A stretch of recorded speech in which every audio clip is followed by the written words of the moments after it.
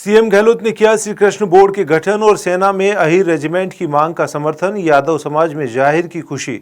भाजपा विधायक रामलाल शर्मा ने साधा सीएम गहलोत पर निशाना। कांग्रेस विधायक वेद प्रकाश सोलंकी का बयान। जयपुर के 2 हिस्सों वाले मामले पर फैसला मुख्यमंत्री गहलोत के हाथ। खाचरियावास का बड़ा बयान। नहीं हो सकते जयपुर के 2 टुकड़े। अंतर्राष्ट्रीय नशा मुक्ति दिवस पर विशेष कार्यक्रम। जन जागरण के लिए रखा योग प्रशिक्षण। नुक्कड़ नाटक के माध्यम से स्टूडेंट्स ने की नशे से दूर रहने की अपील। नमस्कार, मैं हूं पवन शर्मा और आप देख रहे हैं हमारा स्पेशल सेगमेंट स्ट्रीट मिरर। खबरों की शुरुआत करेंगे पहली खबर से। मुख्यमंत्री अशोक गहलोत ने श्री कृष्ण बोर्ड के गठन और सेना में अहीर रेजिमेंट के गठन की मांग पर केंद्र को पत्र लिखने के मामले ने अब राजनीतिक रंग ले लिया है। जहां समाज से जुड़े लोगों ने सीएम गहलोत के फैसले का स्वागत किया है, तो वहीं भाजपा नेताओं ने इसे राजनीतिक सियासत करार दिया है। भाजपा विधायक रामलाल शर्मा ने कहा कि राजस्थान में बोर्ड और निगमों के फैसलों को राज्य सरकार मानती ही नहीं है और ये बोर्ड और निगम सिर्फ जनता को खुश करने के लिए और सत्ता में वापसी करने के लिए बनाए जा रहे हैं। 16 अप्रैल के ही जन जागृति सम्मेलन जो जज सैलाब यादव समाज का आया था, उसको लेकर हम बहुत ही उत्सुक थे। कल सीएम साहब ने, राजस्थान के यशस्वी मुख्यमंत्री श्री अशोक गहलोत जी ने हमारी सारी मांगों को एक्सेप्ट किया है। हमें एक बहुत ही बड़ा मनोबल दिया है। राजस्थान के अंदर हम 1.5 से 2% होने के बावजूद मुख्यमंत्री अशोक गहलोत ने यादव समाज की सारी मांगों को सिरे से स्वीकारते हुए और अपने द्वारा केंद्र सरकार को अभिशंसा पत्र भी लिखे जाने की उन्होंने बात कही है। तो हम यही चाहते हैं कि यशस्वी मुख्यमंत्री जी के साथ यादव समाज कंधे से कंधा मिलाकर रहेगा और जब भी कांग्रेस की सरकार को यादव समाज की जरूरत पड़ेगी, यादव समाज उनके साथ खड़ा रहेगा। अपना नाम बताइए। विपिन यादव, क्या है? कोर कमेटी सदस्य। राजस्थान के मुखिया बोर्ड और निगम ऐसे घोषणा कर रहे हैं कि जैसे ना नियम है, ना कानून है, ना भौगोलिक क्षेत्रफल को ध्यान में रखकर किए जा रहे हैं। सिर्फ और सिर्फ राजनीतिक सियासत के आधार के ऊपर बोर्ड और निगमों का गठन किया जा रहा है, सिर्फ लोगों को खुश करने के लिए। क्या मुख्यमंत्री जी बता सकते हैं कि जो पहले बोर्ड और निगम बने हुए थे, उन बोर्ड और निगमों ने अब तक क्या काम किया? उनको क्या क्या शक्तियां राज्य सरकार के द्वारा प्रदत्त की गई और राज्य सरकार के द्वारा प्रदत्त शक्तियों का उपयोग करते हुए उन्होंने कोई कार्य किया तो क्या राज्य सरकार ने उनको मानने का काम किया? लोगों को सिर्फ खुश करना और सत्ता में वापसी प्राप्त करना, यह मुख्यमंत्री जी का ध्येय है। समाज की समस्याओं का समाधान हो, समाज का सही प्रतिनिधित्व हो, समाज की बात सही स्थान के ऊपर पहुंचे, हेतु ये होना चाहिए, ना कि राजनीतिक गोटियां सेकने का। राजस्थान में जैसे जैसे चुनावी समय पास आता जा रहा है, वैसे वैसे पार्टी विधायक एक्टिव मोड में दिखाई दे रहे हैं। हाल ही में मुख्यमंत्री ने बजट के दौरान नए जिलों के ऐलान के समय जयपुर को 2 हिस्सों में बांटने का ऐलान किया था। अब जल्द ही उस पर मुख्यमंत्री अशोक गहलोत फैसला ले सकते हैं। ये बात चाकसू विधायक वेद प्रकाश सोलंकी ने की है। और क्या कहा, जानिए इस वीडियो में। तो उधर आपको बता दें कि कैबिनेट मंत्री प्रताप सिंह खाचरियावास ने हाल ही में नए जिलों को लेकर बयान भी दिया है। उन्होंने कहा कि राजस्थान की राजधानी जयपुर के टुकड़े नहीं हो सकते। जनभावनाओं को ध्यान में रखते हुए सरकार योजनाएं ला रही है। जयपुर के लोगों को दूर जयपुर के बारे में बातचीत हुई है, सकारात्मक बात हुई है और मुख्यमंत्री जी इसके बारे में खुद थोड़ा प्रेस से मिलेंगे या कोई बयान देंगे, उसके बाद ही कोई बात कहना ठीक होगा।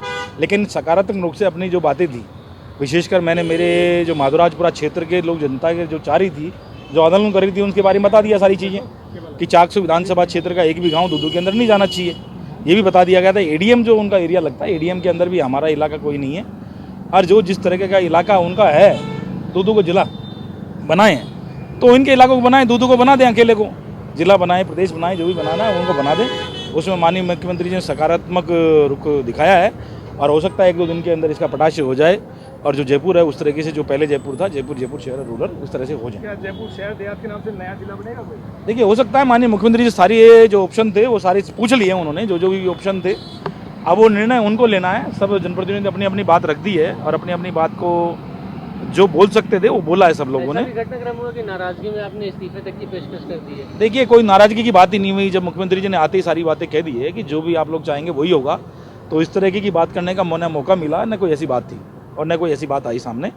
लेकिन क्षेत्र की जनता के लिए जहाँ तक बात थी, मैंने कल भी कहा था कि क्षेत्र की जनता के लिए जिस हद तक मुझे जाना पड़ेगा, क्षेत्र की जनता के लिए मैं कहीं भी इसी स्तर पर रह सकता हूँ। तो पायलट साहब का आंदोलन था, 30 तारीख का अल्टीमेटम था, दोबारा देखिए कोई बात नहीं, अभी तक जब पायलट साहब आएंगे, जब बात करेंगे, उसके बाद कोई बात होगी। अभी कोई बातचीत नहीं हो रही है। जनता के वादा किया था, जनता के वादे पे खरा उतरेंगे और जो जनता कर दिया जाएगा। क्या देहात और शहर से के नाम से जिले बनेंगे? देखिए शहर तो पहले से 250 वार्डों का इंटैक्ट रहेगा, ये मैं आपको पहले कह रहा था। ग्रेटर और हेरिटेज नगर निगम के ग्रेटर नगर निगम के 250 वार्ड वो हमारे इंटैक्ट है। जयपुर सिटी एक अलग लोकसभा है, तो जयपुर तो राजस्थान की राजधानी का तो टुकड़े हो ही नहीं सकते, तो वैसी रहेगी राजधानी। और अब कोई नया देहात वगैरह क्या बात होगी मेरी जानकारी में नहीं, ये सब मुख्यमंत्री बताएंगे। लेकिन मेरा इन सब बातों के लिए मैं ये कह सकता हूँ कहीं यदि जो नए डिस्ट्रिक्ट में किसी को गवर्नमेंट शामिल करना है तो मुख्यमंत्री अशोक गहलोत के ओएसडी लोकेश शर्मा बीकानेर दौरे पर रहे। इस दौरान उन्होंने सर्किट हाउस में विभिन्न मुद्दों को लेकर पत्रकारों से बातचीत की। पत्रकारों से बातचीत करते हुए लोकेश शर्मा ने कहा कि उनके सामने बार बार सवाल आता है कि वे चुनाव लड़ेंगे, तो इस सवाल का मेरा एक ही जवाब है कि एक जनप्रतिनिधि के रूप में मैं इस प्रदेश की जनता का सेवा करने का अगर मौका मुझे मिलता है तो मैं चुनाव जरूर लड़ूंगा। हालांकि ये समय बताएगा कि मैं चुनाव कहां से लड़ूं। मंत्री कल्ला के सवाल पर लोकेश शर्मा ने कहा कि कल्ला जी पार्टी के वरिष्ठ नेता है, यहां से कैबिनेट मंत्री है, लगातार जीतते आ रहे हैं और यहां अच्छा खासा अपना प्रभाव भी रखते हैं।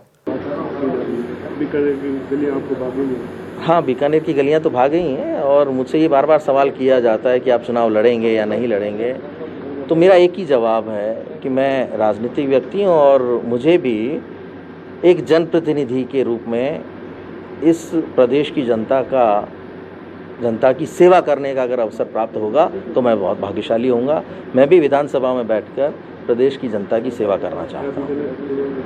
ये समय बताएगा, लेकिन बीकानेर मेरा एक ऐसा स्थान बन गया जहाँ के लोग मुझे बहुत स्नेह करते हैं, मुझे बहुत प्यार करते हैं और जब भी मैं यहाँ आता हूँ मुझे बहुत अपनापन महसूस होता है। तो मुझे लगता है कि यहाँ के लोग, यहाँ की गलियाँ मुझे भा गई हैं।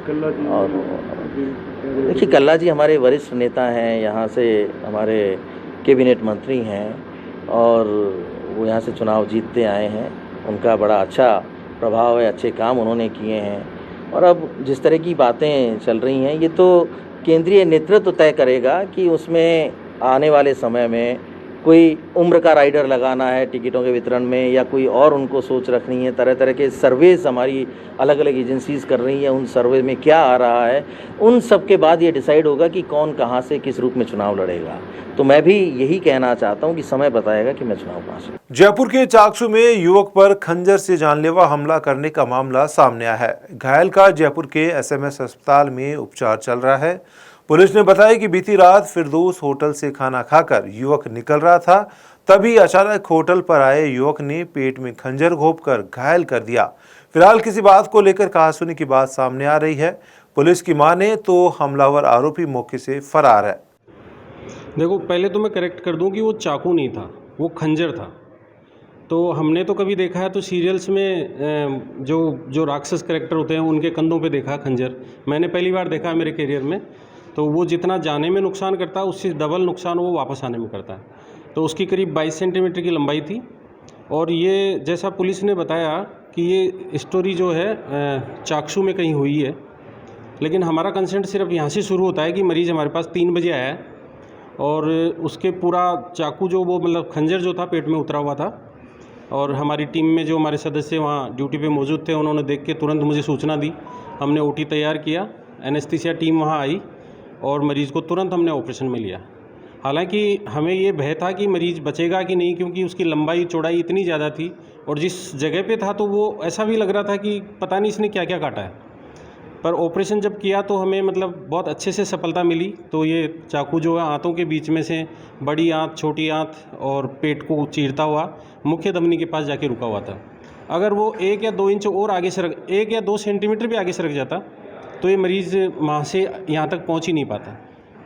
तो ये मेरे लिए तो मतलब एक बहुत ही अद्भुत ऑपरेशन था। हालांकि मैंने जयपुर बॉम्ब ब्लास्ट को भी मैनेज किया है, लेकिन उसमें भी इतना क्रिटिकल काम नहीं देखा जितना इसमें देखा मैंने। अंतर्राष्ट्रीय नशा मुक्ति दिवस के अवसर पर एक निजी हॉस्पिटल, रिसर्च सेंटर एवं मेंटल हेल्थ फाउंडेशन के संयुक्त तत्वाधान से जन जागरण के लिए योग प्रशिक्षण के साथ हॉस्पिटल में ट्रेनिंग के लिए आए अमेठी यूनिवर्सिटी के मनोवैज्ञानिक छात्राओं द्वारा नुक्कड़ नाटक नशा मजा नहीं सजा है का प्रदर्शन किया गया। छात्राओं ने धूम्रपान, हुक्काबार, शराब, अफीम, गांजा आदि लतों के दुष्प्रभाव के बारे में नुक्कड़ नाटक की प्रस्तुति द्वारा नशे से दूर रहने की अपील की। इस दौरान कई यूनिवर्सिटी के करीब 100 से ज़्यादा छात्राएं उपस्थित रही। वहीं विशेषज्ञों ने नशे को लेकर अपनी राय भी रखी। फिलहाल इस बुलेटिन में इतना ही। मुझे दीजिए इजाज़त। नमस्कार।